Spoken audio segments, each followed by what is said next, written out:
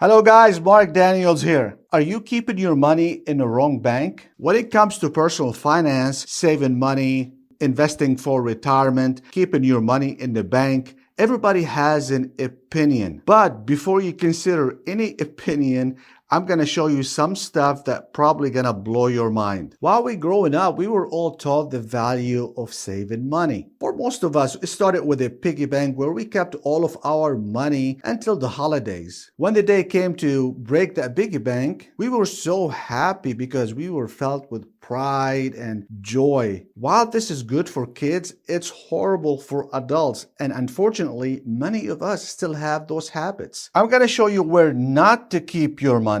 Americans keep over $11 trillion in the banks, and banks love it because they make trillions of dollars from your bank deposits. Do not keep all your money in the bank, but keep smashing that like button to support this channel so I can make more video to show you some things that never been shown even in the media. And I really appreciate that. I was talking to a friend of mine that I've known for a long time. We were chatting about personal finance, invested money in the stock market, and making money. He was keeping his money in the wrong bank. We're talking about major bank, was Chase Bank, but that could happen in any bank. Chase Bank, Bank of America, Wells Fargo, and so on. And what's shocking, the amount of money that he had over $500,000. So I decided to make this video just to make sure you're not doing the same thing, which is keeping your money in the wrong bank. And I hate to break it to you, but you are your own bank. The Federal Reserve Central Bank allow banks to keep only 10% of what you deposit. So they take 90% of what you put in and they invest it to make profit. But the profit is not for you. It's for them. I'm not saying when you go to check your balance, you're going to see only 10%. You're going to see the whole amount, but the bank can take 90% of whatever you deposit and invest it to make their own profit. How banks make money? How much money are the banks making from your deposit? JP Morgan Chase's revenue in 2020 was over $122 billion. Chase Bank's CEO in 2020 made over $31.5 million. It was so bad that the board of directors decided to put a cap on his salary. Bank of America revenue for 2020 was $85.5 billion. Bank of America CEO pay was $26.5 million. But you might say this is not a big deal. So what? JP Morgan Chase asset $3.19 trillion. Bank of America asset $2.3 trillion. Wells Fargo $1.78 trillion.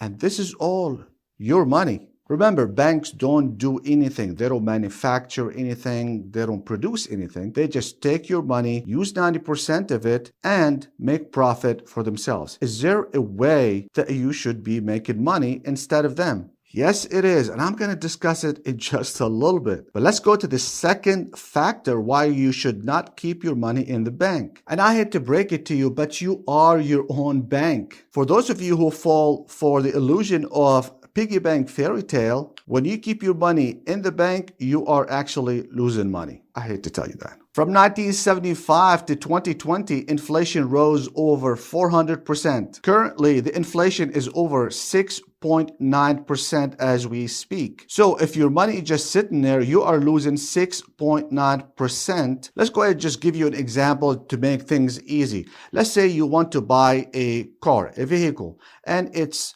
$15,000, that's what you have in mind. So what do? You just sit there and you are saving money in the bank. Let's say it took you a few years to do that. So the car that you wanted to purchase for $15,000 went up in price 10% based on inflation alone. So you're going to have to pay over $1,600 more because of inflation. The media plays a big role in this. For example, if you go online and let's say you put what are the top investment for 2020, you're going to find something like this. And when you take a look at the number one, number two, and so on, they tell you to put your money in the bank. in the form of saving account or CDs, which is a joke because top savings account in the US, Sallie Mae 0.7%, Affirm 0.65%, CDs rates, these are the top rates in the US. So if you put $25,000, you would get 0.5%. But with TIAA Bank, when you put $5,000, you would get a whopping 0.35%. Guys, that's why you need an independent voice. You can't just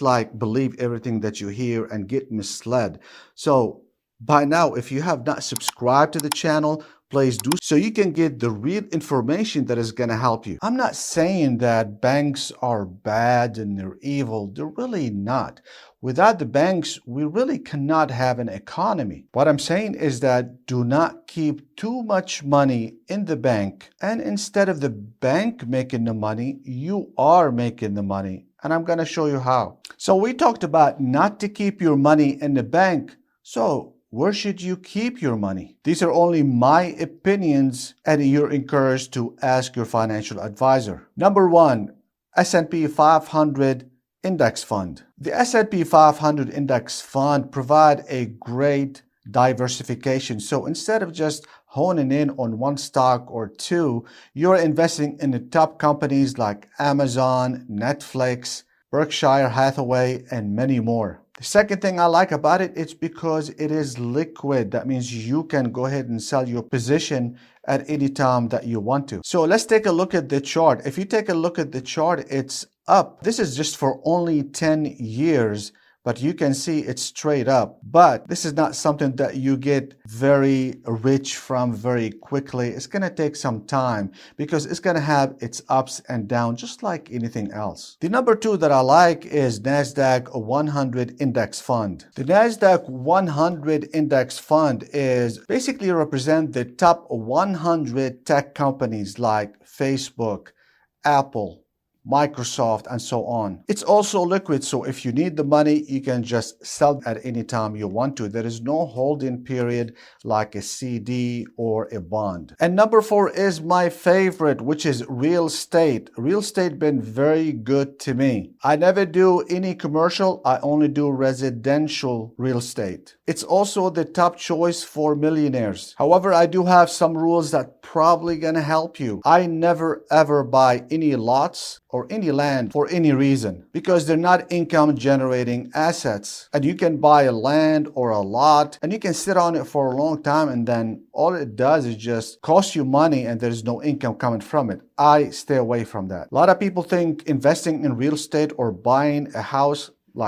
to rent is very difficult. Well, it's not. You can watch my other videos to find out how I do it with hardly any money down. Number four is cryptocurrency. A lot of people right now are jumping on a cryptocurrency, even a lot of millionaires, especially right now because of the devaluation of the dollar. A lot of investors, they want to put their money in some other platform. Now, if you look at the chart, you can see that it started at 330. This is not like the starting point, but this is just an example. With this chart, it goes up to over $47,000. Now, word of caution, just want to let you know that cryptocurrency and things like that, even Bitcoin, is risky investment. And if you feel like you have that risk tolerance, go ahead and invest in it. Otherwise, just stay away from it because not everybody is the same when it comes to investing in risky platforms. However, if you choose cryptocurrency, make sure you choose a winning platform that has a good history.